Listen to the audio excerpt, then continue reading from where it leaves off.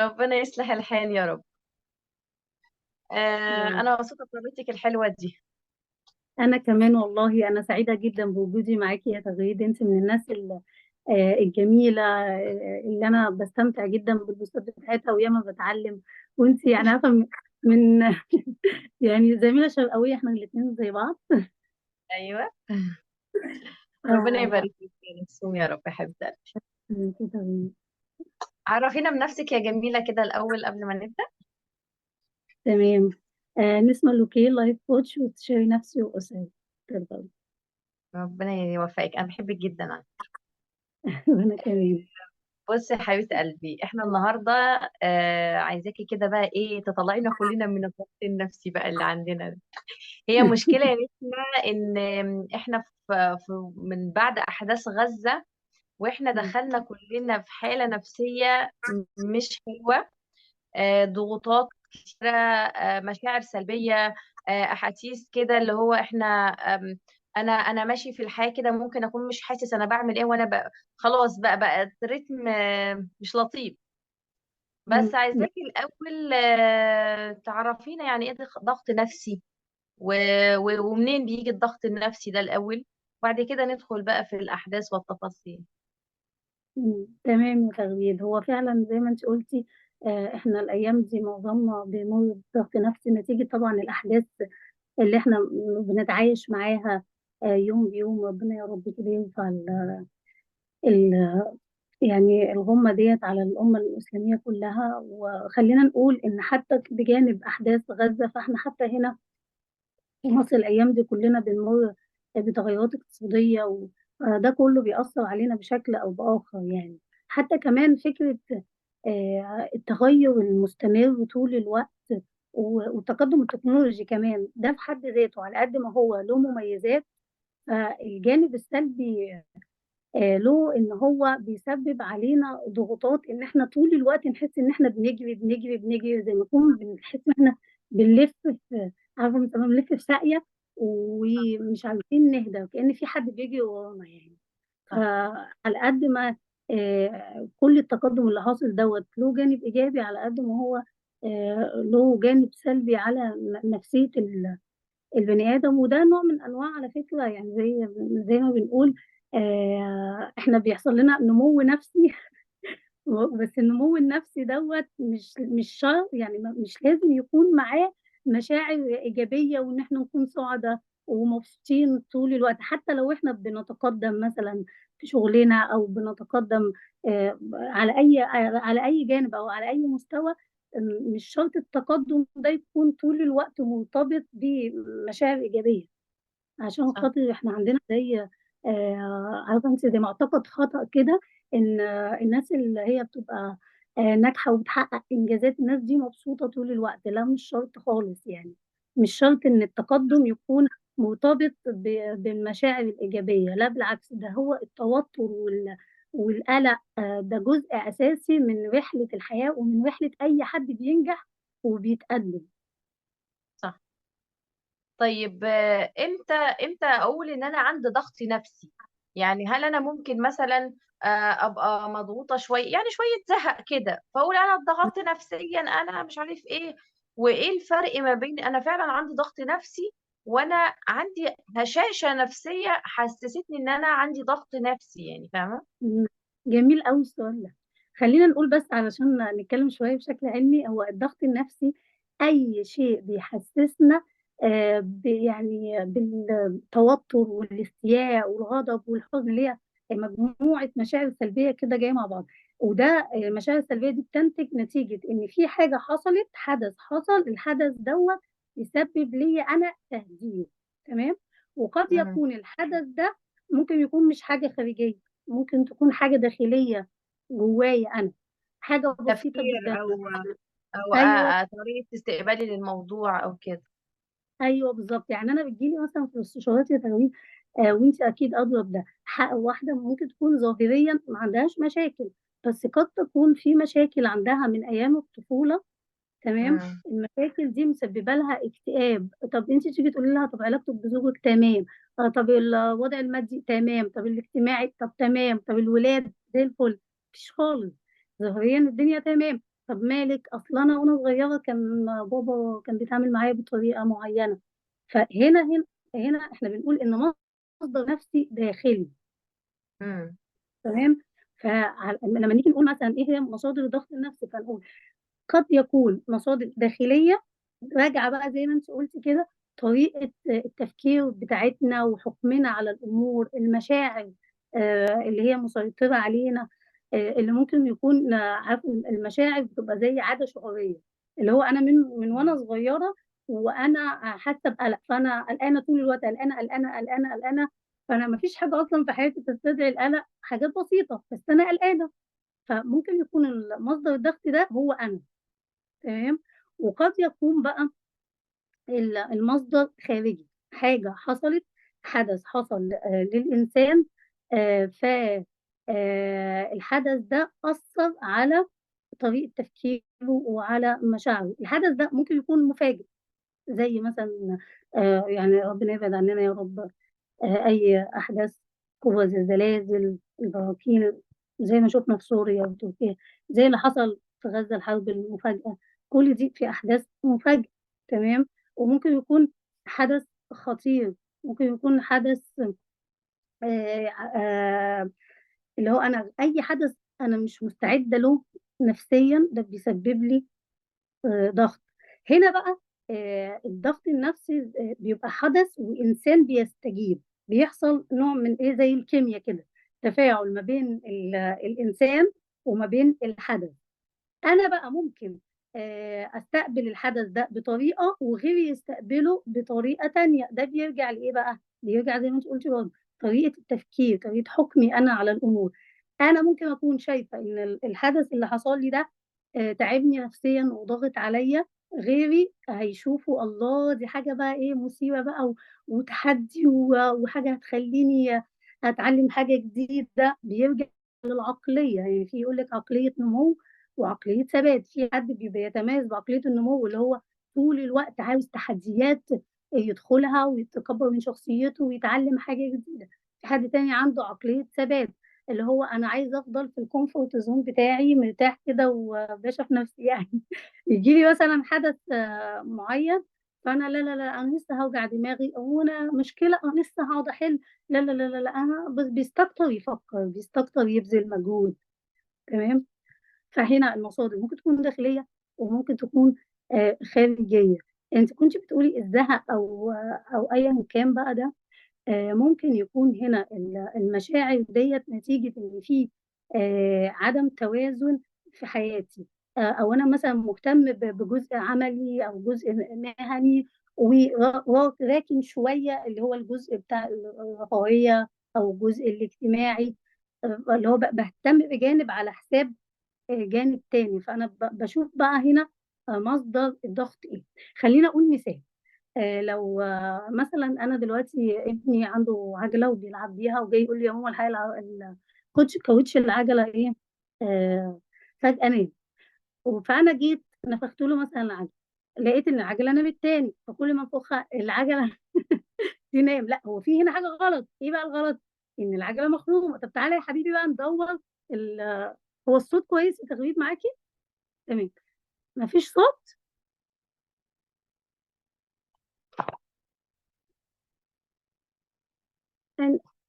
انا انا اللي مش سامعاكي. انا مش سامعاكي يا تغريد. طب اه انتوا تمام. سامعين كده تغريد؟ كده سامعاني صح؟ اه تمام، اكمل. الصوت قفل من عندي، انا كنت سامعاكي كويس يا شيماء، كملي حبيبتي. نسمع. تمام. فهنا بقى انا هبدا ان انا ابحث، انا بقول بس امثله تخصنا كامهات يعني. معلش انا تعالى بقول نشوف. شيماء، استني يا نسمة، انا بقول شيماء مش عشان انا غلطت في اسمك، عشان كان في بنوتة اسمها شيماء بتكتب كومنت فانا اوكي. بسمع الاسم ولا يهمك. فانا هنا اه. انا بس بحب ادي امثله تخصنا احنا كامهات يعني. فايه، تعالى نشوف المصدر بتاع الايه الخرم ده فين، نقعد ندور. انا بقى مع الضغط النفسي انا عايزه اعرف، ها انا مضغوطه من ايه؟ يبقى ادور على المصدر بتاع الضغط النفسي ده. تمام. واشوف بقى نوعه ايه. طب انا مضغوطه ايه؟ هل انا عندي مثلا ضغوطات اجتماعية، عندي مشاكل مثلا مع شريك حياتي، مع أهل زوجي، مع زمايلي في الشغل، مع جيراني، مع اخواتي، مع أهلي، أيا كان بقى. تمام. ممكن أكون مضغوطة، يعني ضغوط أنواع، في ضغوط اجتماعية، في ضغوط مادية. ممكن أكون أنا المتطلبات اللي أنا محتاجاها للمعيشة أكبر بكتير من الدخل اللي داخل لي، ففي هنا فجوة. احنا دايما بنقول هو الضغط فيه دايما بيكون في مساحة ما بين الواقع وما بين الحاجة اللي أنا عايزة أوصل لها. طيب أنا هنا حددت. أول حاجة بعملها إن أنا بحدد ايه هنا اللي انا عاوزاه. في هنا الدخل هنا بتاعي مثلا مش مكفي المتطلبات اللي انا محتاجها، يبقى انا عندي ضغط مادي. ممكن يكون الضغط صحي، بمر مثلا بمشكله ازاي صحيه، يا المشكله دي نسمة عائق. ازاي يا فاي نسمة حاجه ان عائق. مم. ازاي ان انا اظبط طريقة تفكيري بحيث تمام. ان هي ما تسببليش ضغط نفسي. اه، جميل قوي. هو ممكن استقبالي النقطه دي للموقف، يا يعني تغفيل. انت قلتي في البدايه ان في حد ممكن يستقبل الموضوع كذا، وحد رؤيتي انا بقى للامر ازاي انا اظبط نفسي. يعني في ناس عقليتها عقليه سلبيه، ان انا بستقبل الامر ده بسود الدنيا بتسود حرفيا في وشهم. وفي ناس بتستقبل الموضوع لا، واكيد ربنا مدينا حكمه من ده، اكيد كذا. قولي لنا طريقه بقى ممكن احنا نحاول نتمرن عليها، بحيث ان احنا يعني ناخدها كعاده في حياتنا كده. طب انا هقول لك على حاجه، انا ما بحبش اتكلم عن نفسي كتير، بس انا مره من حوالي 3 سنين كده عملت اختبار نفسي. فمن ضمن نقاط الضعف في شخصيتي هي ان انا عندي مشكله في التعامل مع الضغوط. يعني انا اه، عندي مهاره التعامل عندي فيها مشكله. تمام. فدي كانت بالنسبه لي، مش هقول لك مفاجاه وانا عارفه عن نفسي كده، بس بيني وبين نفسي مش عايزه اعترف. يا جماعه اه، أنا النقطه دي عندي فيها مشكله. اللي هو مثلا لو زوجي جه قال لي ايه في رمضان، على فكره انا عازم اخواتي بكره. هو انا ممكن اخواتك عزومه محشي، ايه ده صوري؟ لا لا لا، اللي هو انا ممكن ايه ده، نفسيا القول بجد. بقى. لا، انا ممكن انهار. انت فاهماني ازاي؟ يعني انا اه، اي اه، حاجه قولي لي حاجه مفاجاه دي، لا ده انت قول لي بقى من قبلها باسبوع، واحضر واظبط اه، والدنيا تبقى معايا تمام. فلما حطيت ايدي على النقطه دي، بدات استرجع نسمه من وهي صغيره. اكتشفت ايه ده انا فعلا عندي النقطه دي. انا فعلا عندي ما بعرفش اتعامل مع. فبدأت أدرس بقى وأعرف. اكتشفت إن أول حاجة هي فعلا اللي هي طريقة التفكير، شايفة الأمر ده إزاي. ففي الكوتشنج بقى بنتعلم حاجة مهمة أوي. هو إيه المعنى اللي أنت حطاه على الكلمة. فلما جيت بحثت وعملت كوتشنج لنفسي كذا مرة، هو يعني إيه ضغط بالنسبة لي. فقلت ضغط يعني هم، يعني حاجة كده، حاجات كتير قوي بتتعمل في وقت واحد. يعني لبخة، يعني هتلبخ، يعني مش هعرف اعمل حاجة، عارف انت. فلما اه، حطيت المعاني لقيت ان المعاني السلبية اللي انا احطها هي معاني يعني ايه بتعطلني. لا ايوه، تعالي بقى انت حطي معاني تانية. ايه هي ده تحدي، ده انا هثبت نفسي في الحتة دي. طب ايه، طب ما اختبر نفسي. طب انا مثلا واحده بعمل كل يوم مثلا صنف واحد. طب ايه المشكله ما تعملي 3 4 اصناف في يوم واحد. طب ما تصحي الفجر كده تديها 12 ساعه في المطبخ. عارفه انت اللي هو ايه تحدي. بس بقى انا بعد كده هنتفق ان انت تقول لي من قبلها، بس خلاص انت حطيتي مثلا في الموقف، حصل ظرف ما. فاللي امم، هو انت بدل ما تشوفي ان ده عائق، شوفي فرصه. شفتي بقى الحته دي. ايوه، حلوه وبدات النقطه دي. اتدرب، انا بقالي 3 سنين بتدرب على النقطة دي. اللي هو أنا ايوه كل ما جدا. تجيلي عائق، يعني مثلا يا تغريد أنت لما جيتي كلمتيني قلت لي ده في محاضرة الأسبوع اللي فات، أنا ما رضيتش أقول لك إن هي تغريد. على فكرة أنا بتوضى بالبيت وعندي عمال في البيت وبعمل أكل كل يوم، يعني بعمل حاجات كتير قوي، وأنا أصلا مش عايشة في البيت عندي. مش متخيلة. اه، يعني أنا قاعدة بيت تاني علشان العمال شغالين عندي في البيت. أنا مش عايزة أقول لك كده، ومش نعتبرها عايزة تحدي أحط وفرصه بقى. إيه. اه، قلت نعتبرها تحدي وفرصه بقى. اه، اللي هو ايه، نسمع انت اتحطيتي في الفعل او ده عائق، لا خالص. عايزه اكتشف حته جديده في شخصيتي. فاهماني ازاي. اه، اه، فبقيت كل ما تحصل لي حاجه اقول هو عائق، لا خالص. النهارده الصبح وانا بفتح اللاب وبخلص شغل عليه، لقيت الشاشه ضربت. الشاشه ضربت. متخيله. خالص، يا خبر. وجابتها من فاللي هو البيت. ايه ده، شاشة اللاب ضربت، شغلي وقف، يعني ممكن حياتي تلاقي وقفت، اللاب بنوتة اللي كله. فاتحة المايك بعد إذنك اقفليه. فبدأت هنا أدرب طريقة تفكيري اللي هو ايه، هو ده عائق؟ لا، خلاص، احاول أأجل التفكير في النقطة دي اه. وأركز على اللي أنا ناوية أعمله. أيوه. تمام. كنت أيوه. الأول بقى نسمة من 3 سنين، حركة ضرب الشاشة بتاعت اللاب دي تخش في إحباط 3 4 سنين. أنت اه. متخيل؟ هنا بقى بنتكلم عن أهمية الوعي الذاتي. أنا صح. خلاص أنا اكتشفت في نفسي 1 2 3. فكرتيني بموقف حصل في البرنامج ده يعني. اه. حصل حاجة كده فخلتني أحبط. وكنت بتكلم مع إسراء يا المساعد بتاعي يعني، ربنا أيوه. يبارك فيها. فقلت لها أنا قررت أوقف البرنامج. أنا أمم. أحبطت وخلاص بقى حصل ضغط عليا في حاجة يعني. فجالي أيوه. بقى مشاعر سلبية كتير بقى وخلاص، وحسيت إن أنا قررت إن أنا لازم أخد القرار ده. بس في وقتها قلت يعني خلاص، هي يعني انت طب خلاص، طب اهدي، طب مش عارف ايه، طب شوفي. فالمهم ما قعدت مع نفسي فعلا يا نسمة، لقيت احنا بنهول الامور.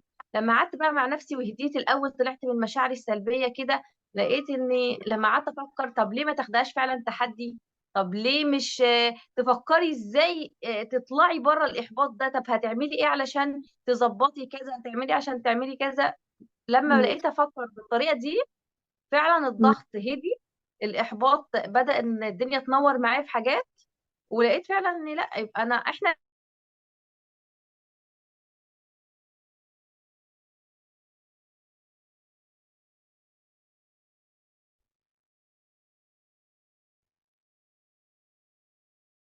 تأمر سبته وطلعت أجري. يبقى أنا هفضل عندي هشاشة نفسية. لكن كل ما اه بواجه مشكلة أستقوى، عارفة أنت انشف. بنخاف ماشي. نحس بالألم يا نسمة. هي دي بقى النقطة، عشان كده قلت لك ايه، انا صححت حتة كده بكتشفها دايما في الجلسات، اللي هو ايه، انا بكبر بس دايما طول الوقت متوتر. حبيبتي، التوتر والقلق ده انت شايلاه بقى ايه زي شنطة كده عايشة بيها حياتي. ايه ده، هو انا اصلا ما بحبش احس بالتوتر. ايوه، ما هو التوتر ده بالنسبة لك ايه؟ ضغط. طب والضغط بالنسبة لك ايه؟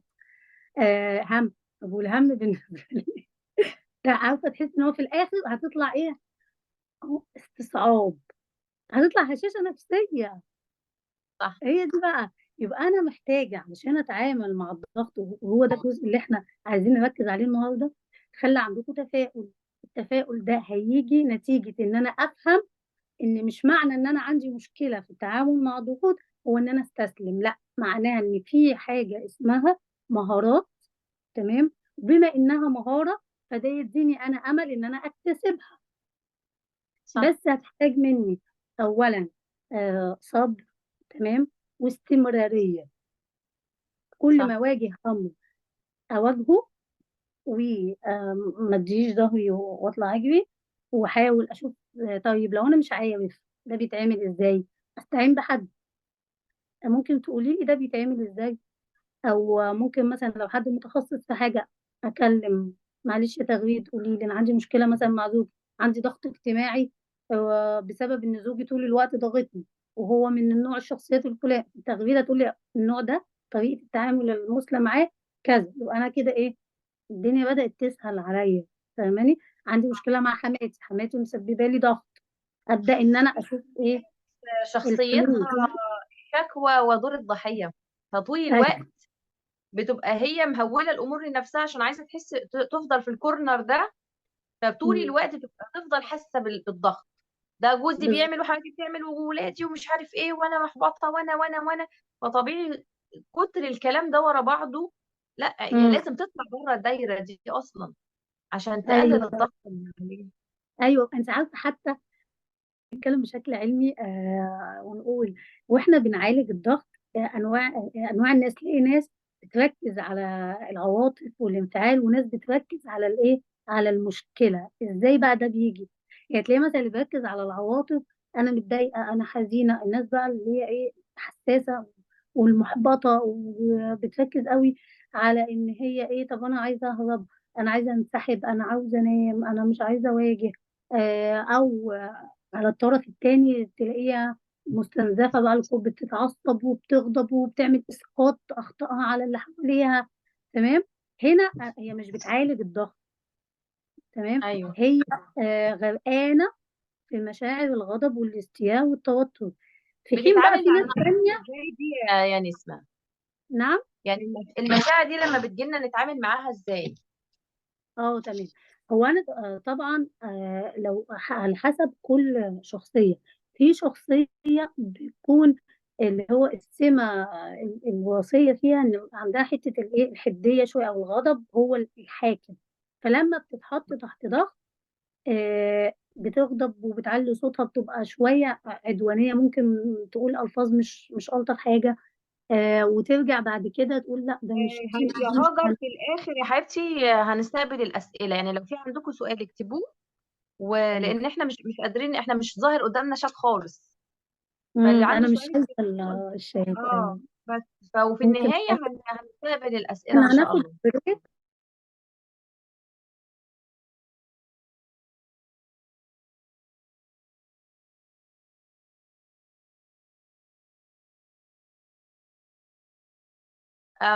صوت نسمة مش موجود. افتحي المايك يا نسمة كده، ولا مش فاتح عندك؟ اه كده تمام، معلش دوست غلط. طيب. طيب. تمام، بقول ان احنا صح هناخد بريك، وبعد البريك هنرجع نستقبل الاسئله. تمام، فاللي عنده مش سيبوه بقى. دلوقتي. اه مش دلوقتي، يعني شويه 10 اه. دقايق.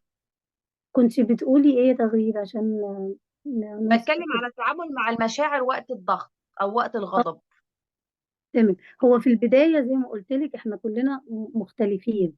في حد هيبقى غضب خارجي على الآخرين، وفي حد هيكبت مشاعره وهيبقى غضبه داخلي، وهيبقى العدوان هنا على الذات، وهيدخل بقى اه. في نوبة اكتئاب وهيدخل في نوبة ايه انسحاب هروب. لو هنتكلم بقى على اللي هو الطرف او انواع الشخصيات اللي هي عندها غضب وي وي وي وي محتاجين الاول يشتغلوا على طريقة تفكيرهم، لان بتبقى الغالبة عليهم ان الاخرين هم السبب. اه. فهم في وقت حاسين ان انتوا السبب في اللي مخليني كده. فتيجي مثلا لو في زوج عنده مثلا ضغوطات ماديه، فمراته مثلا بتطلب منه طلبات كتير، فيبدا طول الوقت يتعصب عليه، يبقى هو حاسس ان انت السبب في اللي انا وصل له دوت. اه. فهنا مشاعر الغضب انا محتاج الاول احط كل شيء يعني عارف احكم على الامور بمقدارها الصحيح، اللي هو اتحمل المسؤوليه، ان مش الطرف التاني هو اللي طول الوقت غلطان وانا دوري فين. تمام. صح. واتعود بقى ان انا اتعلم ازاي ادير مشاعري واللي هي فكره اتعلم استراتيجيات التعامل مع الغضب، زي ما سيدنا محمد علمنا عليه الصلاة والسلام. ان انا مثلا لما اغضب احاول ان انا اقوم اتحرك من مكاني، اغسل وشي، لو انا قاعد اقف، لو واقف اقعد. المهم ان انا احرك، يحصل تغيير فسيولوجي في جسمي عشان ايوه. اهدي شوية النار اللي جوايا، وابعد عن مصدر الضغط او مصدر الغضب من الشخص اللي مضايقني، سواء كان مثلا اطفال، زوج، ايا كان بقى اي حد ممكن يكون مسبب لي الغضب دوت. وان انا اشم بقى اللي هو البوادر. الغضب ما بيجيش مره واحده، يعني مرحله الانفجار دي ما بتجيش مره واحده زي النار كده. لا هو بيجي في ايوه. الاول. بيجي في الاول ايه عارفه انت اللي هو ايه، انا حاسس ان انا بدات استشيط داخليا كده. طيب انا هبعد عشان ما اوصلش لمرحله انفجار وارجع ان انا ايه اندم. تمام. الناحيه التانيه بقى اللي هو الناس اللي بتبقى غضبها داخلي، وبتبقى طول الوقت عارفه انت بيسموها مرحله التنين، اللي هو ايه انا بهاجم نفسي بنفسي، يعني هجوم ذاتي على النفس. ده بقى محتاج ان هو يتعامل مع مشاعر الذنب اللي هي بتبقى واصله له نتيجة الضغوط، وان هو حاسس ان هو بالعجز، بقلة الحيلة. انه يتعلم ايه هو ازاي ما هو يتحل المشكلة، ويحدد بالظبط هو ايه هو اسباب المشكلة. هل انا لوحدي اللي مسبب المشكلة دي، ولا في اطراف تانية هي ايه جزء بالظبط، من. زي الوضع اللي احنا فيه دلوقتي، ان فعلا مم. في ناس بسبب الاحداث بتاعه غزة واحساسها بقلة الحيلة والعجز، هي فقدت طعم الحياة، او فقدت الوضع او الحياة اللي هي عايشاها، لدرجة ان فعلا اثر على حياتها وشغلها وبيتها. طب ما انت مالكيش يد في الموضوع. احنا بالظبط. بندور على الحاجة اللي في ايدينا: الدعاء، ايوه. التبرع، ان احنا نحاول نوصل المعلومات، نوصل صوتنا، ندعي الخ. لكن احنا مش في ايدينا اكتر من كده. ايوه. مشكلتنا بقى ان احنا، وفي بوستات كتير بقى كمان يا نسمة بتوصلنا بتستسير. فعلا مم. اللي هو ايه، فلان توفى، يا رب تكونوا مبسوطين في حياتكم. طب انا ذنبي ايه؟ ليه بتحسسني بتترمي او عليكي طول الوقت. ليه بتحط عليا مشاعر ان انا السبب؟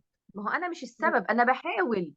صحيح. فلازم فعلا نغير نظرتنا، لان فعلا البوستات دي بدون ما تحسي بتلاقي نفسك دخلتي في مرحله ان انت جالك اكتئاب، انت قاعده كده مش ليكي اي، مش عايزه تعملي اي حاجه في يومك.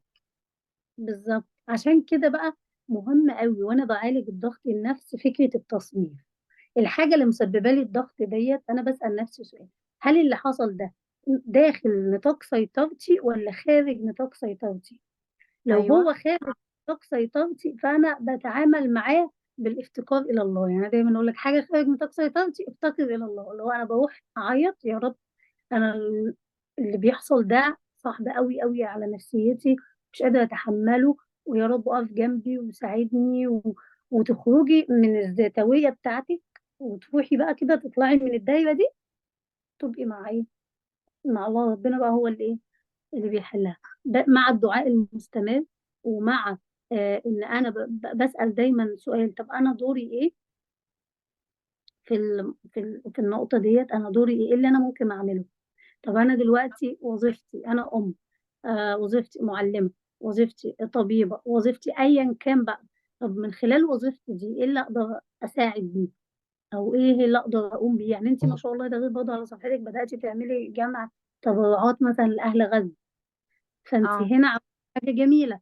انت عندك ما شاء الله متابعين، فانت استغليتي فكره انت مثلا عندك متابعين في ان انت تعملي توصلي مساعدات لاهل غزه. تمام. انا الحمد لله عملت زي فيديو كده على مؤسسه لايف للغزه والتنميه، لو حد حابب ان هو ابعت له لينك. فهم بيعملوا خيم. الخيم ديت عارفه ضد يعني زي فيها زي تكييف داخلي وحاجة يعني راقية جدا، وما بتجيبش بقى من عطارة المطر والكلام ده كله. فاحنا بنستخدم دورنا. تمام. أو الوظيفة اللي احنا بنعمل بيها في إن احنا نساعد في وصول المساعدات ديت لأهل غزة، أو نعمل مثلا دعم نفسي للناس هناك، من خلال احنا مثلا نحس ان احنا موجودين معاهم او ايا كان. فنشوف ايه اللي بايدنا نعمله. انت ما فيش وظيفه، ما بتشتغلي. طب انت دورك ايه؟ ان انت مثلا تعرفي ولادك عن القضيه، وان انت تعلميهم اكتر عن فكره ايه، ان احنا الامه الاسلاميه امه واحده، وان احنا لازم ان احنا نقرا اكتر عن التاريخ الفلسطيني والكلام ده كله، ونتعلم ده، ونعلمهم عن هو ليه اصلا غزه بيحصل فيها كده. الكلام ده كله احنا نثقفهم تاريخيا، ويكون عندهم وعي بكل ده.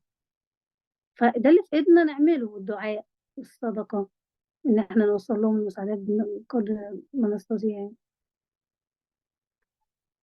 فاهماني؟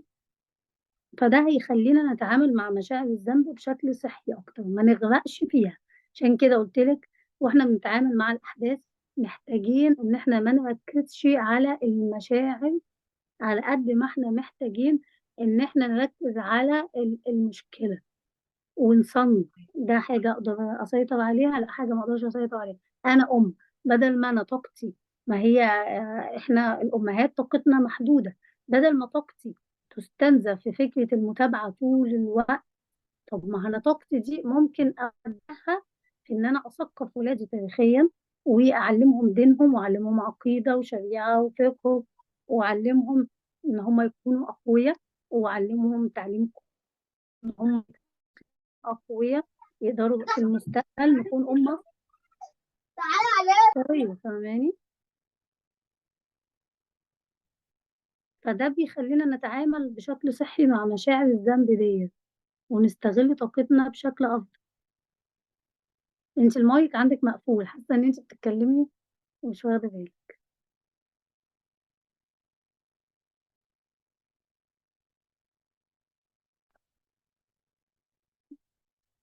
المايك مقفول، المايك مقفول. طيب انا هكمل كلامي على ما انت تظبطي المايك. فاحنا لما نيجي نقول بقى ان احنا ازاي نركز على المشكله، طب فهمينا اكتر ازاي نركز على المشكله. اول حاجه انا محتاج اعمل تحليل منطقي، وحد انا عندي الضغط الفلاني، مصدر الضغط الشيء الفلاني. طيب المصدر ده او الضغط ده انا شايفه ازاي؟ زي ما انت قلتي طريقه تفكيرنا او الاحكام اللي احنا بنحكم بيها على الموقف الضغط. فانا هعمل حاجه اسمها اعاده صياغه للمشكله اللي انا بمر بيها. قد ايوه. تكون هي درس ربنا سبحانه وتعالى بيبعتهولي علشان انا كان عندي عيب ما في شخصيتي، فربنا بعت لي العيب ده علشان يدربني ويعلمني. او ممكن صح. اكون انا عندي حالة من السخط وعدم الرضا عن وضع معين، فربنا سبحانه وتعالى خليني امر بفترة صعبة، ففي الفترة الصعبة دي بقى اقدر ان انا استشعر النعم اللي انا كنت اصلا ساقطة عليها. عرفتها، ايوه فهنا صح. بقى علشان كده احنا بنقول احنا لما بنتعلم اسماء الله الحسنى يخلينا طول الوقت احنا بندرك هو اختيار ربنا ليا ده معناه ايه. يعني اختيار الموقف ان ربنا يخليني امر بحاجه زي كده، ده فعلا انا بيمثل طول لي الوقت فعلا ايه الواحد لما الرساله. اتعلم المهاره دي، لما الواحد ايوه اتعلم المهاره دي فعلا فرقت معاه جدا في طريقه تفكيره ونظرته للامور. مهما ده حقيقي. كان في ابتلاء الاقي نفسي بقول اكيد في حكمه من الموضوع، اكيد ربنا عايز يوصل لي حاجه، ولو انا ما عرفتش ده دلوقتي هعرف ده قدام. وبالفعل يعني لو ما ببقاش عارفه نظرتي بتبقى مقتصره دلوقتي، لكن قدام بلاقي ان فعلا ربنا لا، هو كل اختيار ليا كان صح حتى لو كان ابتلاء. ده حقيقي والله. وحتى الشخصيات اللي بنقابلهم في حياتنا فهم رسائل. عارفة انت مثلا ممكن تكوني راكبة مواصلات او مسافرة من مكان لمكان، وهي تقعد جنبك واحدة والكلام تاخده وتدوا في الكلام، تلاقيها قالت لك كده في وسط الكلام عارفة معنى، تقولي الله المعنى ده جميل قوي. تصدقي ان انا فعلا كنت اه محتاجة. يعني صح. بتحصل كتير حتى وانت بتشتري وانت في اي مكان. انا على فكره انا دلوقتي انا بتعامل مع كل الناس على ان هم دروس. اللي هو صح. ايه ده، انا قلت حد قال لي مثلا ايه ده، ايه الدرس اللي انا ربنا بعت لي الشخص ده عشان يقول لي الكلمه دي.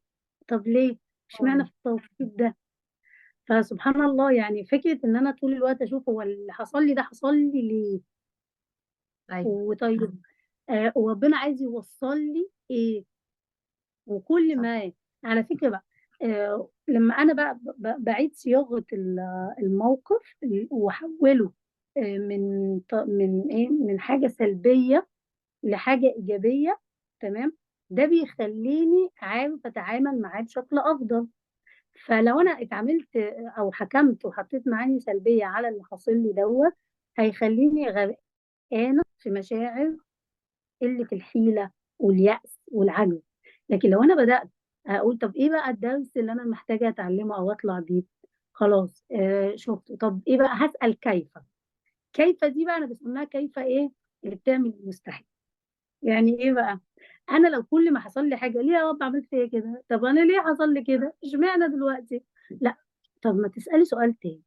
طب أنا إزاي، كيف، إزاي، إيه اللي مطلوب مني دلوقتي حالا، او الموقف ده بيتطلب مني ايه. عارفه انا في مواقف محفظه ما ينفعش فيها غير الجمله الصبر ما تقتضي والاحتساب. الحكمه، عارفه انت، في ما مواقف تقتضي ما ينفعش فيها غير الصبر والاحتساب فقط، يعني فعلا في ايوه. مواقف يعجز عقلك عن ان هو يعرف يستنى فيها دلوقتي. يعني أمم، انا ليا واحده صاحبتي ربنا يا رب يفك كربها، هي في ابتلاء مستمر مستمر، اللي هو أمم، البنت نفسها قالت لي انا تعبت، يعني انا نفسي اعيش حياه طبيعيه. ف أمم، وبعدين مبتلاه في كل انواع حياتها، مش حياه، أمم، مش حاجه واحده. هنا بقى العقل بيعجز عن ان هو يشوف ايه الحكمة، ولكن احنا مطلوب مننا الصبر بس. ده حقيقي، ده ف... حقيقي مع ف... كده. ايوه، عشان كده ربنا سبحانه وتعالى يعني دايما يعني يقول لنا ايه، انتوا عارفه، يعني انا عايزه اجيبها لك بطريقه، بس انا دايما اقول لك ايه، ربنا اسمه الرب. فانت سيبي نفسك، عارفه انت راكبه مركب، سيبي نفسك، عارفه انت حاله اللي هو ايه، استسلام. بس ركزي، انت بتستسلمي في انهي حدث؟ حدث خارج عن سيطرتك. ما بوصلش لحاله الاستسلام دي الا لما ايه، ليس لي يد في هذا الموقف. لكن هتيجي في موقف انت ممكن تحليه، بس ممكن ياخد معاكي وقت وتقولي لا انا هستسلم، يبقى انت كده داخله في حته قله الحيله وقله ايه، لا او العجز. فانا علشان اقول لك اتعاملي مع الضغوطات صح، يبقى انت محتاجه توسعي حيلتك. يعني ايه اوسع حيلتي؟ اوسع حيلتي معناها ان يكون عندي مهارات التعامل مع الضغوط. اول حاجه زي ما قلنا، انا بتعامل، بقيم الموقف، لو في اي معاني سلبيه تخلصي منها. تمام. الحاجه التانية، هو الموقف ده محتاج مني ايه؟ محتاج مني واحد اتنين تلاته، بس انا ما بعرفش اعمل الا واحد. معلش، لو انت بايدك تعالجي الموقف، لو اتعلمتي اتنين وتلاته اتعلميه. طب ما انا ما بعرفش، شوفي ازاي بيتعمل نعم. وتعلميه، بس اصبري على نفسك. فاهماني؟ تمام. في فهنا بقى بنوتة معظم بتقول مشاكلنا في ازاي الدايره دي. في حاجات ان انا ازاي المفروض اتخلص اواجهها من بس الحاجات ما مش السلبية. قادره أمم. اه. هنطلع بريك يا نسمة، ماشي، طيب وهنرجع تاني على نفس اللينك ده. تمام، بريك دقيقتين لمده ثلاثة قد كده ايه وناخد. دقيقتين ثلاثة ونرجع تاني، يعني مش عشان نكمل عشان الوقت، مش عشان برضو ما تمام، لو نأخركيش. في برضه اسئله ماشي. ممكن الناس نجهز. تمام، هو- ايوه. تمام. هنجاوب على باقي الاسئله. لو في حد عنده بقى سؤال يكتبه في الشات. كنت يا تغريد قبل ما التسجيل يقفل كنا بنتكلم في نقطه لاحظتها في الاسئله، فكره تفويض المهام. يعني معظم الامهات في كلام وابني في اعدادي وانا لسه بذاكر له، زوجي ما بيعملش حاجه خالص، ولادي ما بيساعدونيش. فكره ان الست المفروض تشيل كل حاجه، فديت حاجه من ضمن الحاجات اللي بتسبب الضغوط النفسيه على المراه يعني. ان بس هي يا نسمة بتشوف ان برضو هي في فكرة مم. تانية، ان انا مش مطلوب مني اعمل، انا كتر خير ان انا بسوي، ان مم. المفروض ان انت واجب عليكي المشاركة، فانك ترجع برضو تعمل وتعمل وتعمل، فده ده برضو افراط بيخليها من محطوطة نوع في ضغط. تاني. ايه. ايوه ايوه، بصي هو عارفه انت زي القلم ده كده، في طرفين. في طرف بيقول المفروض اعمل كل حاجه، مم. وفي طرف بيقول انا المفروض ما اعملش حاجه خالص وانتوا كل اللي حواليا يعملوا. ولا ده ايوه. مطلوب ولا ده مطلوب. هو ايوه. الوسطيه هو الحل. انا اه. في ادوار مني اساسيه انا بعملها، زائد بقى ان في مثلا ادوار خاصه بالايه بالاشخاص، يعني خاصه باولادي مثلا مذاكرتهم ايوه. بتاعتي ولا بتاعتهم. ايوه. تمام، هم صغيرين انا معاهم لحد ما مم. بوقفهم على رجليهم، يبقى دي ايوه. ايه، ديت مهمه خاصه بيهم هم. ايوه. تمام. اوضتهم بتاعتهم انا ممكن اعمل الاساسيات فيها، واعلمهم ازاي ينظموها، وافضل سنه اتنين تلاته افضل وراهم، ده مكانه هنا وده مكانه هنا وده مكانه هنا، لحد ما اخليهم هم يتحملوا المسؤوليه. تمام، مم. وهكذا. فكرة إن أنا أعلي، أنا مش بربي عيالي علشان دلوقتي، أنا بربيهم عشان المستقبل. عشان صح. هما في يوم من الأيام الولد هيبقى زوج، يشارك مع مثلا في بيته، مش يدخل مثلا يوم هدومه هنا ويوم ده هنا احنا ويوم ده بقى هنا. كأمهات، انا بشتكي دلوقتي من زوجي المهمل، فانا كأم اعلم ابني ازاي مم. يشارك. انا امسك بالظبط. بقى النبته اللي في ايدي، مش هقعد اهري واضيع بنزين في حد خلاص ما فيش منه رجا زي ما بيقولوا. ايوه، التركيز على ما في سيطرتي. هو اه. ده ايه اللي انا اقدر اعمله. ولادي، تدريبي لهم وتعليمي لهم، تربيتي لهم، هم دول اللي ايه العجينة اللي انا شغالة عليها يعني. هو ده اللي انا محتاج مني كل طاقة مهدرة في اصلاح حاجة انا مش عارفة اصلحها. انا كل دوري مع الناحية دي هو دور تحفيزي، ان انا بحفزه ان هو يكون افضل، او ان هو يعمل لي اللي انا عاوزاه، بقعد ابذل مجهود على ده. تمام. بس في جانب تاني بقى محتاج مني طاقة وافكر ازاي ان انا اعلمهم وصبر. ولما يغلطوا اقعد اصبر وبعدين اعلم تاني وبعدين اصبر وبعدين اكرر وتعلم. كل ده طاقة. الطاقة دي بقى لما تروح في الناحية التانية يبقى انا خسرت ايه؟ ده خسرت نفسيتي وخسرت ولادي، وطلعت بقى حد هتيجي، الولد ده هيكبر هتيجي مراته تقول ليه حماتي عملتي فيها كده، ليه ما ضربتوش من البداية. صح. ففكرة طيب تطوير المهام خلينا. مهمة. مم. يعني انت النهارده يعني فتحتي بصراحة معانا أفق حلوة قوي في الموضوعات بصراحة. ادينا كده انت نصيحة بتستخدم أخيرة. ربنا يخليك. لا، ادينا نصيحة أخيرة كده، عارفة اللي هو، أو خطوات، أو قولي لنا حاجة كده يعني عارفة اللي هو تنور معانا كده قبل ما نقفل. تمام.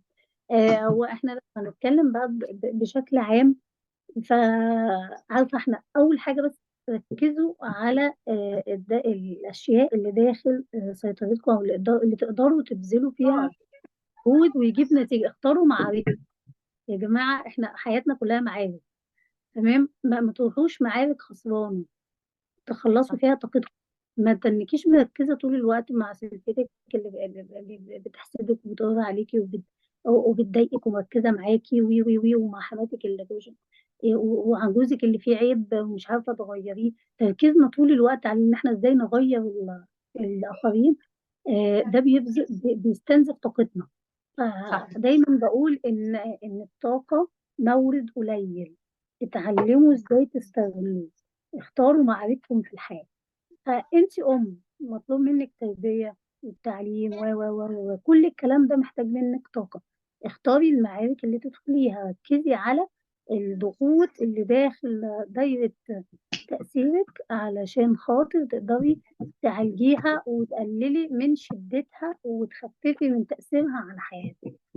تمام. جميل تمام. جدا يا نسمة، والله استمتعت جدا معاكي، ومعلش شكراً. بقى سهرناكي وطولنا عليكي. أنا نفسي والله يعني نتعاون مع بعض أكتر ونعمل لقاءات ان كتير. شاء الله. لا، انتي عسولة خالص، انا بحب الكلام معاكي بصراحة. وأنا كمان ربنا يا غالي. يبارك فيك يا نسمة يا رب، ربنا ينفع ويسعدك. بيكي بجد، البرنامج فكرته رائعة. ان واستمري، اوعي شاء تقفي الله. لا مهما خلاص، ما كانت الضغوطات. حبة الإحباط اللي كانوا في الأول خلاص، كل ما أجي شوية إحباط كده وبعد كده أرجع أقف تاني وأظبط دنيتي، يعني الحمد لله. هو خطوة مهمة وبصي أهم حاجة النية. أنت نويتي إنك تنفعي الناس. تمام. صح. وأنت زي البوست اللي كنت منزلاه الأيام دي فعلا في ضغط كتير. مش كل الناس بتقدر تشترك في كورسات، ومش كل الناس عندها رفاهية إن هي تاخد تحضر محاضرات وتدفع وي وي وي. فكرة إن أنت تعملي المحاضرات ديت بشكل مجاني ديت حاجة رائعة. أنت كده بتنفعي الناس. أي حاجة فيها نفع للناس لازم يدخل فيها شوية الشيطان يقوم بدوره يعني. ربنا يبارك فيك يا احنا إن نسمة. شاء الله تكوني أقوى وتكملي إن شاء الله، إن شاء والدنيا الله. إن شاء الله عادية. ربنا يبارك فيك يا نسمة، استمتعت جدا معاكي. السلام عليكم ورحمة الله. شكرا. أشوفكم في شكرا. لقاء بإذن الله. مع مع السلامة.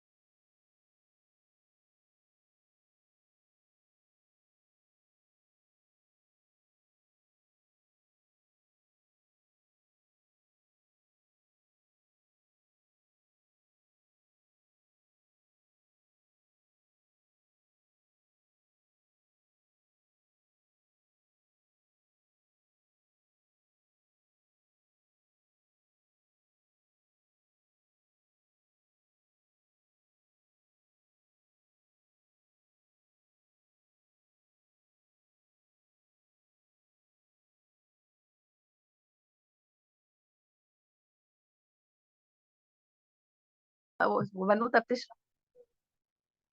طيب، نورتي يا نسوم من تاني. بنورك يا تغريد، انا موجوده والله، بس المايك عندك مقفول. اه طيب. لا، وبعدين انواع كمان الشخصيات بقى والحاجات دي كلها نبقى نتكلم فيها بعدين في اللايفات، إن احنا بقى النهارده بنتكلم على نتعلم الضغوطات. منك يعني يا تغريد والله. ربنا يخليك يا رب. ربنا يبارك لك احنا فيك. كنا بس في نقطه حابين ان احنا نكملها علشان خاطر بس النقط تمام. تبقى واضحه. احنا اتكلمنا عن الضغط النفسي، واتكلمنا عن مصدره الداخلي والخارجي، واتكلمنا عن انواعه: ضغوطات اجتماعيه، ضغوطات نفسيه، ضغوطات اقتصاديه، في ضغوطات سياسيه، ضغوطات آه، صحية. تمام. واتكلمنا كمان عن ايه افضل الطرق لعلاج الضغوطات النفسية. تمام. في بس كده تركية كنت عايزة اتكلم فيها. فكرة ان انا لما يكون عندي مشكلة اتنين تلاتة في حياتي، مم. احاول بقدر الامكان ان انا احدد وقت انا بسميه وقت الهم. يعني هو بص، وقت اسمه مش لطيف شويه، بس هو ده الوقت اللي انا محتاجه عارفه امسك ورقه وقلم واواجه فيه مشاكل. تمام. الوقت اكتبها ده انا يعني. احدده. اه الوقت ده انا احدده. وليكن مثلا حسب بقى، يعني حسب انا بقى جدولي، وحسب روتين يومي.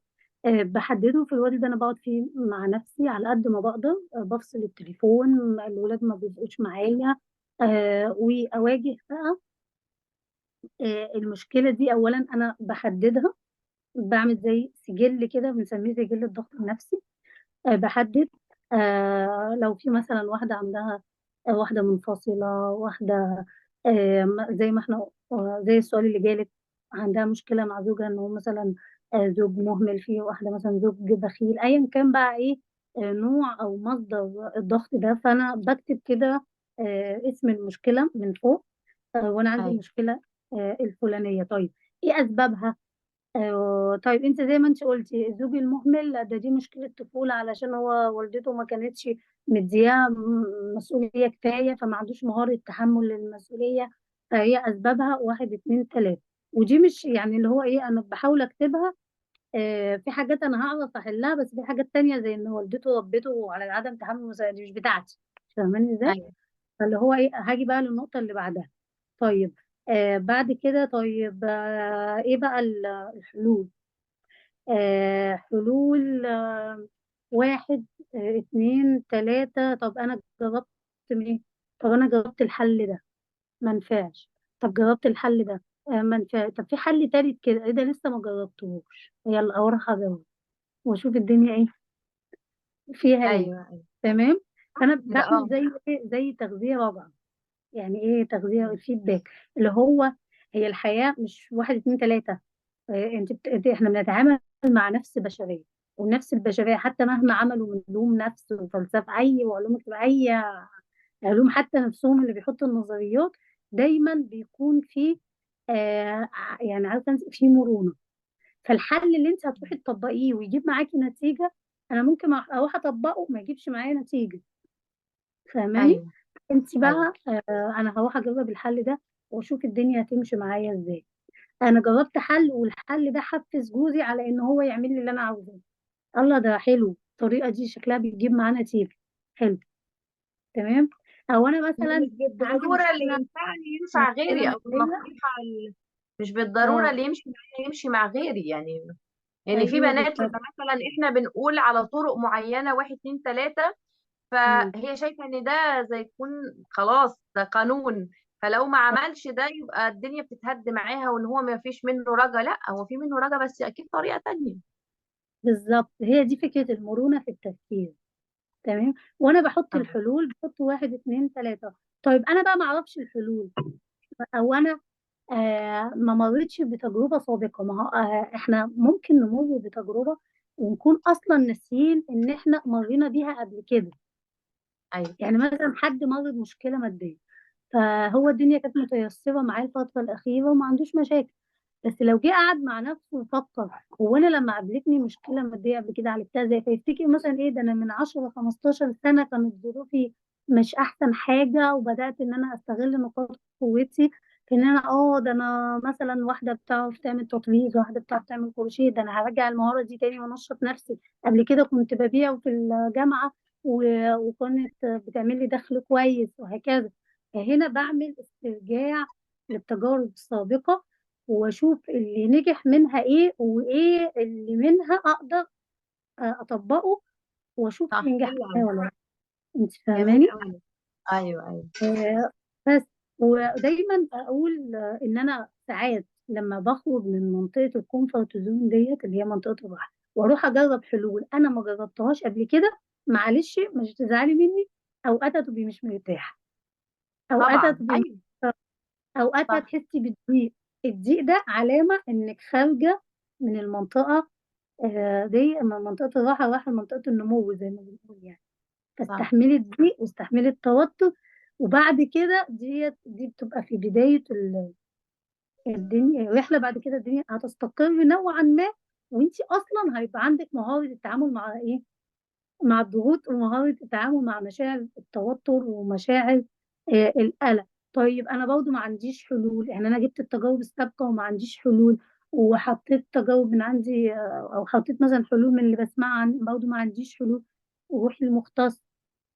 طب ما معيش مثلا ماديا، مش هقدر اروح لحد. شوفي حد عنده خبرة في الحاجة اللي اليوتيوب انت. مليان كمان، ده انت لو كتبتي على جوجل كيف اه اتعامل مع الضغوطات هتلاقي حاجات قد كده. ايوه بالظبط. حتى والله حتى احنا في محيطنا العائلي هنلاقي ناس كتير قوي عارفة يا تغريد، عارفة انت فكرة الضغط، الضغوطات الاقتصادية اللي معظمنا دلوقتي يعني ضغطنا فيها. في ناس كانت عندها سيستم أكل اللي هو إيه، أنا باكل كل يوم فراخ ولحمة، أنا نسيت أصلا الأكل بتاع زمان ده اللي هو إيه. بس أنا فاكرة إن أنا وأنا صغيرة كنت كانت والدتي بتعملي أصناف كده كتير، بس أنا مش فاكراها. فإيه عادي اقعدي مع ماما قولي لها يا ماما قولي لي واحنا صغيرين كان إيه، كنت بتتعاملي ازاي معانا، وكان ايه الطرق اللي انت كنت بتستخدميها وبتوفري لنا عارفه انت بتوفري لنا ازاي. هتقول لك يا حبيبتي انا كنت بعمل كذا. وانا بحاول بس ادي امثله من حياتنا اليوميه، او امثله تخص الامهات اكتر. انت فاهمه قصدي؟ ايوه. فاللي هو يا جماعه خلينا مرنين، ما تخليناش جزء من علاج الضغط النفسي هو ان انا اتعامل مع العادات الشخصيه بتاعتي. فلو انا متعود على حاجه وحصل لي حدث، الحدث ده هيخليني مش عارف امارس العاده بتاعتي ديت، ليه لا ما اغيرها. متعود اكل اكل بطريقه معينه، والاكل دوت مثلا هيكلفني كده، طب إيه المشكله ما اغيره. جالي شغل والشغل ده بيخليني اصحى من الساعه 6 7 الصبح، او مثلا الولاد عندي المدرسه بتاعتهم بيصحوا بدري قوي، وانا من النوع اللي بسهر. طب ايه المشكله ما تغيري روتين يومك. ظروف شغل زوجي آه، اتغيري. طب ايه المشكله ما تحاولي تظبطي مواعيد نومك علشان خاطر تلاقي وقت تقعدي مع، يعني ايا كان بقى ايه نوع الضغوط. فاحاول اشوف ايه من العادات بتاعتي اللي مش واقعه في صالح علاجي للمشكله. بس ايوه. هي دي كام نقطه كده كنت حابه بس ان انا اتكلم جميل فيها. قوي يا نسمة. تعالي نشوف الأسئلة بقى. تمام. بسم الله الرحمن الرحيم. يا يونس. طبعا يونس النهارده مشرفنا. انا مش ظاهر قدامي غير ازيك يا إسراء، يونس؟ معلش. اه، يونس. انا كنت بحاول اهرب منه، يعني كل حلقة بهرب منه، النهارده ما عرفتش اهرب. لا لا ده هو منورنا. بصي مش احنا امهات، في بقى صراع الادوار، خلينا نتكلم، وفي اسئله جايه عن صراع الادوار. اللي هو انت دلوقتي مثلا بتمارسي دورك كاستشاري اسري، وفي نفس الوقت انت ام، ويونس عاوزك ومحتاجك. اللي هو ايه، طب انا عايزه اقوم بشغلي في نفس الوقت، انا عايزه اشوف هو احتياجات مشاركني كل أولادي. اللايفات، يعني هو منورني في كل حاجة في شغلي يعني انا معتبراه جزء من الحياة. هو بصي خلينا نكون واقعيين. تغريد اي ام بتشتغل بيحصل عندها صراع الادوار. وخلينا نروح بقى للسؤال اللي هي منا تقريبا كاتبه، انا حاسه ان انا دايما مقصره ومش قادره اوفق بين مسؤوليه البيت والولاد والشغل، مع اني حاسه ان في ناس ظروفها اصعب مني مع شغل. يعني حاولت كتير، حاولت انظم وقتي ومش قادره، انا تعبت يوم وقصرت طيب بصي يا تغريد، خلينا نقول ان مشاعر الذنب هي، يعني عارفه انت، هي لوكشه كده مع الامومه. انت على طول في مشاعر ذنب، بس الفكره بقى هي بتعطلني ولا بتساعدني؟ بتعطلني ازاي؟ بتعطلني يعني بتوقف، تخليني اوقف بقى، ممكن الغي شغلي، ممكن ابقى متعصبه على الولاد عشان حاسه بعمل لهم يعني، بسقط عليهم غضبي. لا، انا عايزه مشاعر الذنب دي تساعدني ان انا احاول اكون يقظه بقدر الامكان، او انا بنظم وقتي، احاول ان انا اعمل وقت للولاد، احاول ان انا ابعد عن المشتتات، احاول ان انا اشوف ايه اللي بيعطلني، احاول ان انا احط روتين يومي قدام عيني كده، حتى لو هكتبه من الساعه كذا للساعه كذا، واشوف ايه هنا اللي بيضيع وقتي. فده يساعدني ولا لا؟ تمام. انت كاتبه ان في ناس ظروفها اصعب مني وما شاء الله علينا. ده خلينا نقول احنا كلنا اصلا في فروق فرديه بينا، ولو انا شايفه ان في حد اشطر مني في ده، فهو نتيجه ان هو مر بخبرات كتير، الخبرات دي اكتسبته، يعني خليته يكتسب المهارات دي ساعدته انه يقدر يعمل ده. لو انا حاولت ان انا اراقب اشوف الناس دي بتعمل ده ازاي وعرفت اطبقه، مفيش مشكله، مع يعني مش هوصل برضه لمستواهم.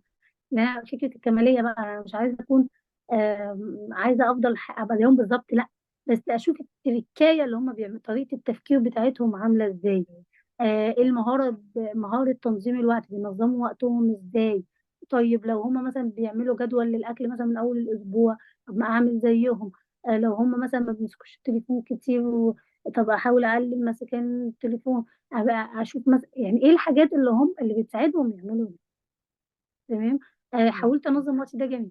اعملي ده وقت واحد يعني مره واثنين وثلاثه، ومش تيأسي، وافضلي اعملي فيدباك. طب ايه اللي ضيع يوم النهارده؟ ايه اللي انا محتاجه الغيه من يوم اولوياتي؟ هل انا مركزه على اولوياتي واحد اتنين تلاته، ولا في حاجات كتير غير مهمه وغير عاجله بتدخل كده في النص تبوظ لي الدنيا؟ صح. طب كانت النقطة اللي كانت بتسأل الزوج اللي شايل ايده وهي ماسكة المسؤوليات كلها، ازاي تقلل الضغوطات عليها او احساس ان هي عارفة اللي هو احنا المقهورين في الارض.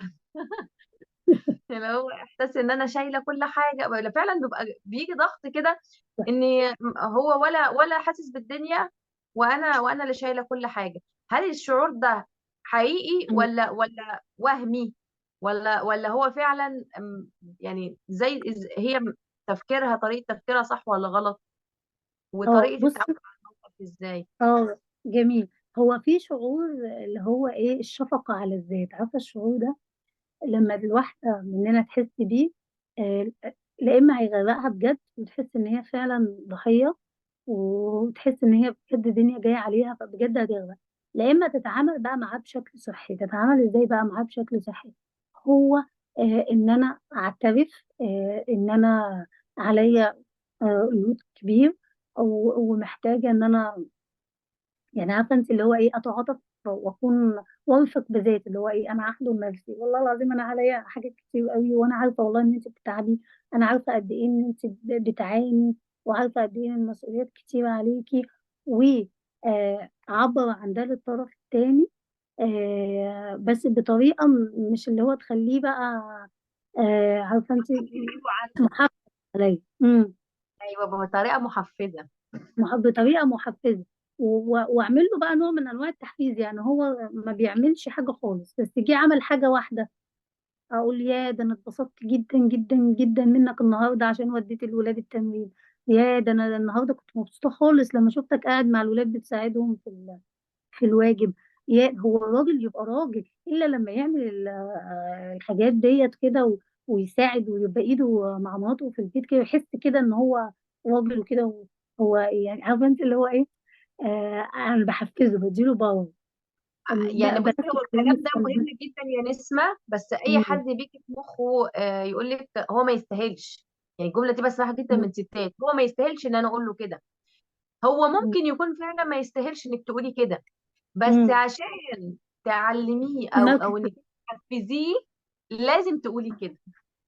بس بالظبط. يعني قولي انت طفل بقى، انت صغير. النقطه مش دي بقى بقول ان بتاعتك. الرجاله زي الطفل عشان مش تاخد علينا الجمله دي، لكن مم. بتكلم ان لما يجي ابنك ساعات بيزهقك، بس مم. لازم تحضنيه، لازم تطبطبي عليه، لازم تقولي له برافو. بالظبط. هي احتياجاته بتلبيها. وفكره هو ما يستاهلش دي بقى احنا بنسمي دي بقى عائق قدام ان انا البي له ايه؟ احتياجاته. أيوة. فهو طول ما هو زوجي لازم هقوم بادواري.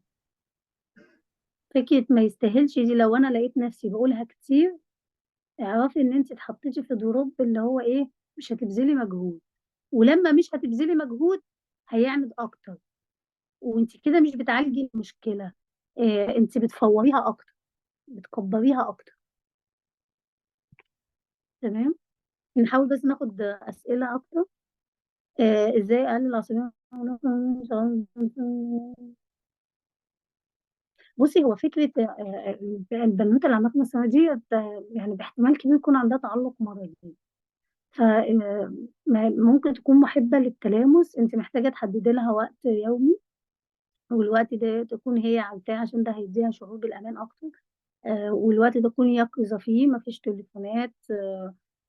تحددي مثلا لعبة معينة كل يوم مثلا تلعبي معاه يعني.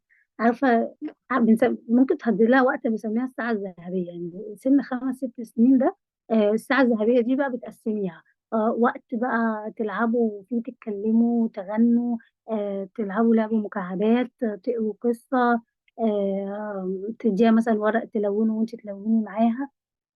هي محتاجة تحس بالاهتمام. جميل قوي. آه، وازاي تقللي العصبية؟ هو زي ما احنا قلنا، هو العصبية هنا بتبقى نتيجة الضغوط، فانت محتاجة يكون عندك وعي ذاتي بقى بنفسك، وتعرفي بالظبط ايه هي نوع احنا الضغوط محتاجين وازاي المي تتعاملي معاها. تايم يا نسمة، محتاجين ايوه، نفعل المي تايم. لان ده فعلا في حقيقي. ستات كتير جدا ما عندهاش الفكرة دي، ما عندهاش تقول لك انا طول اليوم مسحولة، انا ما عنديش 5 دقايق اقعدهم مع نفسي. لا، احنا ايوه، محتاجين فعلا نقعد مع نفسينا، ويبقى عارفة اللي هو كوباية الشاي حتى هتشربيها مع نفسك حتى في البلكونة، بس 5 دقايق هتشربي ايوه، كوباية شاي في البلكونة بس. لكن فعلا ايوه، ان احنا عمالين نجري، انت قلتي في الاول عمالين نجري نجري نجري نجري وما نعملش، وفي النهايه بتترمي على السرير يا عيني، خلاص ما بتحس ان هي مش متقدره ولا حد شايفها، وهي كمان مش مقدره نفسها. فطبيعي ان يجي لها ضغط. ده حقيقي. بصي هو احنا المكنة اللي بتطلع قماش، لو المكنة ما عملتلهاش صيانة باستمرار هتقف منك. ساعتها بقى ولا انت هتستفاد ولا ولادك هيستفيدوا. فاحنا لازم يبقى عندنا زي نوع من انواع الرعاية الذاتية، وده مش أنانية. وانا بوعى نفسي بنفسي وبهتم بيها، ومش طول الوقت ومش بإفراط، وما بخشش في دايرة اللي هو انا هرمي الليلة واروح بقى اشوف انا بحب ايه واعمله طول الوقت. لا، انا بحدد وقت، والوقت دوت يعني بقدر الامكان ما اروحش مثلا في وسط ضغوطات عليا واحنا مثلا بنمر بازمه معينه واقول لا يا جماعه انا ههرب وهقعد. لا، يعني اختاري وقت يكون مناسب. تمام. واهتمي بنفسك وشوفي انت بتحبي ايه وبتعمليه هوايه نفسك تمارسيها. عارفه انت قصه الحطاب؟ كان في واحد ماشي في الغابه، فلقى حطاب حط ماسك منشار وعمال يحاول يقطع في الشجره. فالراجل لف في الغابه ورجع لقاه برضه ماسك المنشار وعمال يقطع في الشجره. بقول له ايه انت بقالك فتره طويله خالص عمال تقطع في الشجره ما بتقطع، مش عايزه تتقطع، وريني كده المنشار. فاداله المنشار فلقى ان المنشار بارد. فبيقول له على فكرة المنشار ده تعالى كده نسنه. فسن المنشار واداهوله. أول ما الراجل حط المنشار في الشجرة، الشجرة اتقطعت في 5 دقايق. فبيقول له طب أنت ليه ما بتسنهوش؟ قال له علشان أنا ما عنديش وقت أسن المنشار.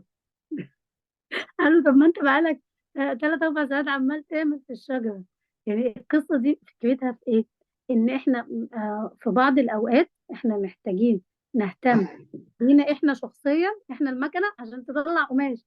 لكن طول ما انا طول الوقت بتعصب بتعصب بتعصب بتعصب، دي يبقى عندي حاجه حاله استنزاف. ودي من علامات او من اعراض الضغط النفسي، انا مستنزف نفسيا. حاله الاستنزاف النفسي دي بقى علاجها ان انا بعمل ستوب، بقف، اسن المنشار. كل ما تحسي ان انت مش قادرة تتعاملي، ومش قادرة يعني عارفة انت الأمومة محتاجة اطمئنان. حاسة ان انا ايوه. طول الوقت متعصبة، طول الوقت متعصبة. ستوب. روح سن المنشار، خدي اجازة يوم لو ينفع. نامي كويس، كلي كويس، اشربي مية كتير، كلي اكل صحي، ظبطتي دنيتك، خلاص سنيتي المنشار، هترجعي اقوى. هتعرفي بعد كده تحضني ولادك وتلعبي معاهم وتقضي معاهم وقت شخصي او وقت خاص. فاهماني؟ معايا نكمل بقى الأسئلة.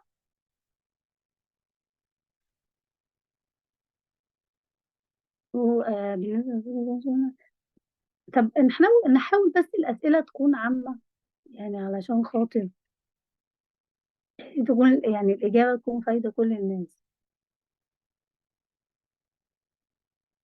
خلي بالك، هو بصي اللي بيشوفني كل ما بيشوفهم، ساعات يعني الأزواج بيعملوا تصرفات احنا بنسميها تلاكيك. تلاكيك دي معناها إن في احتياجات عنده غير مشبعة، أو في توقعات هو حاططها على أدوار الزوجة أنت مش بتقومي بيها، فهو حاسس إن أنت مقصرة يعني، فبيتلكك لك.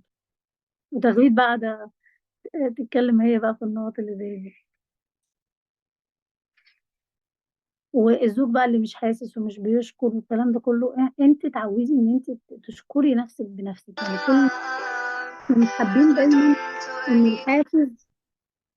الحافز لينا يكون خارجي. يعني طول الوقت انا مستنيه اللي قدامي يشكرني، مستنيه اللي قدامي يقدرني.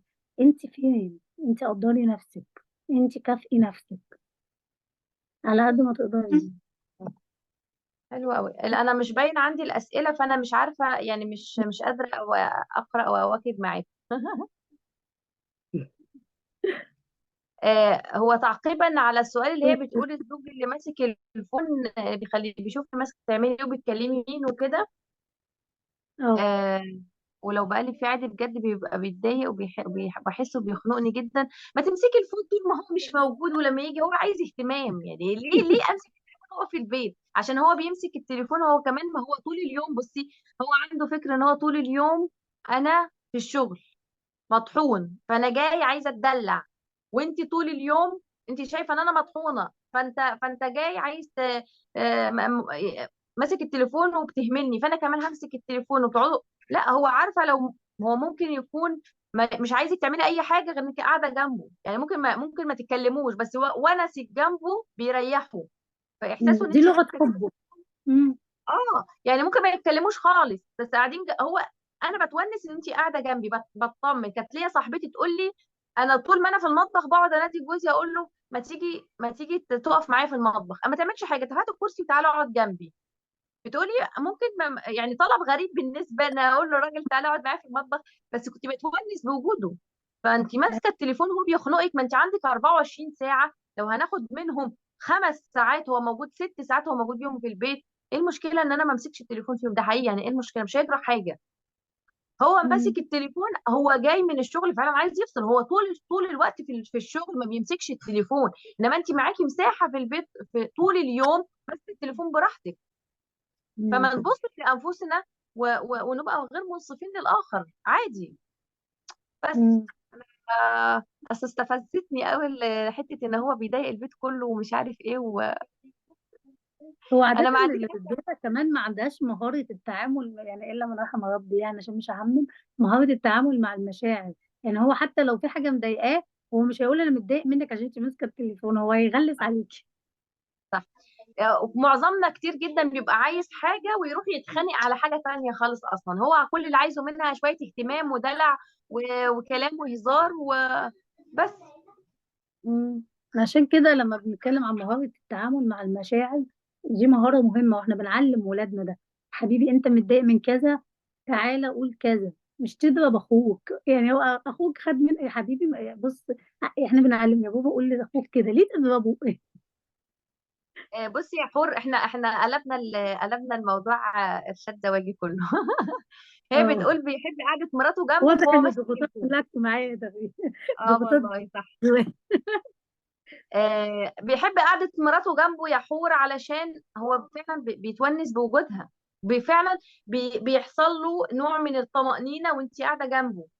طيب هو ماسك الفون يا جماعة، مش ماسك الفون عشان فاضي، مش ماسك، هو فعلا عايز يشد الفيشة بتاعت دماغه. انتوا مش مدركين النقطة دي. احنا عشان لما بنبقى فاضيين او مش ورانا حاجة بنمسك التليفون، لكن هما بيمسكوا التليفون هتلاقوه عمال يفر يفر يفر يفر. هو بيفصل، عايز يشد الفيشة، عايز يبطل تفكير في المستقبل وفي اللي حصل والمدير اللي زعق والتاسك اللي عليه عايز يخلص. فهو ماسك التليفون فعلا وعايز يفصل. فانت قاعده جنبه وعماله تقولي له ايه؟ انت مش مهتم بيا، مش بتكلمني، مش بتحبني، مش بتعمل لي. ما بنختارش الوقت المناسب ابدا ده حقيقي. قولي بقى، قولي لها بقى يا نسمة ازاي تنظم وقتها مع الأطفال والاعتماد إن هي هذه هي مشكلتي الأزلية. والله بالنسبة انا على للأب. فكره انا التفريد دي عندها 3 ولاد وانا عندي 3 بنات. وأنا عندي 3 ولاد. ايوه. بص انا عايزه اقول لك بالظبط. هي فعلا مشكله، يعني فكره ان انا انظم وقت مع 3 مراحل عمريه دي. يعني انا عندي بنتي الكبيره عندها مواد تانية، وعندي بنتي الصغيره كيجي، اللي هو ايه، انت المفروض تعملي نفسك اراجوز، عارفه انت مع بنت 5 سنين دي تلعبي بقى والحيوانات ويلا ونغني ونقول غني مع بعض ونقول قصص عارفه، والكبيره دي تبقي جاده بقى وتاريخ وفراعنه وجغرافيا. فاللي هو ايه، انت محتاجه طول الوقت تمثلي يعني ما علينا، تعالوا بقى نتكلم بشكل عملي. ازاي انظم وقتي مع 3 مراحل العمريه. اول حاجه، آه انا محتاجه احدد ايه هي المراحل العمريه اللي عندي. انت عندك اعدادي، اعدادي ده معنى ان هو معتمد عليك في المذاكره، يبقى ده معناه ان هو لسه ما اتعلمش ازاي يذاكر. فانا هنا اعدادي ده متاخر في ان هو يعتمد على نفسه في المذاكره، لان انا مع الاطفال بعد المذاكره لحد ثالثه ابتدائي كتر خير الدنيا كده يا حبيبي. انا بعد كده ببقى موجهه ليه، عملت الواجب، عنده مثلا سؤال مش فاهمه وهكذا، ببقى متابعة. لكن إعدادي ده اتأخر. طيب أنا خلاص أنا اتحطيت في المشكلة وعايزة الولد إيه، هو يساعد نفسه بنفسه. فأنا بقعد معاه وبقول له يا حبيبي أنت دلوقتي بتذاكر بالطريقة الفلانية، أو بعد بتقرا الدرس، وبعد ما بتقرا الدرس بتقرا مرة تانية، وبعدين بتبدأ تحل الأسئلة عليه. لو في سؤال مش فاهمه بترجع تاني تقرا الجزئية المعينة في الدرس دوت، وهكذا. وبعدين ايه رأيك، انت مثلا هتذاكر المادة الفلانية في 25 دقيقة. في تطبيق كده جميل قوي بيساعدني في مذاكرة الولاد، وبيساعدني أنا شخصيا وأنا بذاكر، اسمه بومودورو. التطبيق دوت فكرته إن هو منبه، وهو نازل على الموبايل. ببدأ إن أنا أشغله، اشتغل معايا 25 دقيقة. في ال 25 دقيقة ديت أنا كل تركيزي في المادة اللي أنا بذاكرها. بعد 25 دقيقة المنبه ده بيبدأ إن هو يعمل زي صوت كده إن خلاص الوقت خلص، بيديني بريك. هو بيكتب كده على التطبيق بريك. بقوم أنا في الوقت ده مثلا أعمل أي حاجة، آكل سندوتش، أشرب عصير، أشرب مية، أشرب إيه، أعمل أي حاجة، وبعدين برجع قولي اسم تاني. التطبيق تاني أشتغل. كده يا نسمة. اسمه بومودورو، هكتبه لكم.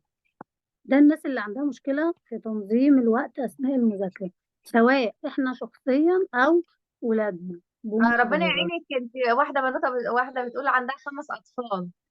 بصوا اللهم اسمعوا بارك. الحلقة، اسمعوا الحلقة بتاعت آية غريب والحلقة اه، بتاعت لبنى. جميلة جدا. لأن لبنى اتكلمت في تنظيم البيت، وآية اتكلمت في ترتيب الوقت، تنظيم الوقت مع الأطفال. ماشي. فده بقى تيجي عند نسمة بقى تاخد إدارة الضغوط. يعني اسمعي 3 حلقات ورا بعض كده. ايوه، انت حاولتي تنوعي في الحلقات. اه. لا حلقة آية غريب موجودة أكيد. إسراء هتنزل لنا اللينك. هنزله لكم على الواتساب عينيا. على فكره انا لاحظت حاجه برضه في الاسئله، على ان احنا اليوتيوب مش يا بنعمل بنات، ادخلوا تفويض اعملوا كافي. سيرش على اليوتيوب هتلاقوا القناة. بس ربنا يعينك ويقويك يا رب. يعني فكره التفويض حد المهام بيقول انا مهمه مش يا عارفه تغريد. اتعامل مع الضغوطات وابني الكبير مراهق وهي بقى زي ما نسمة انت قلت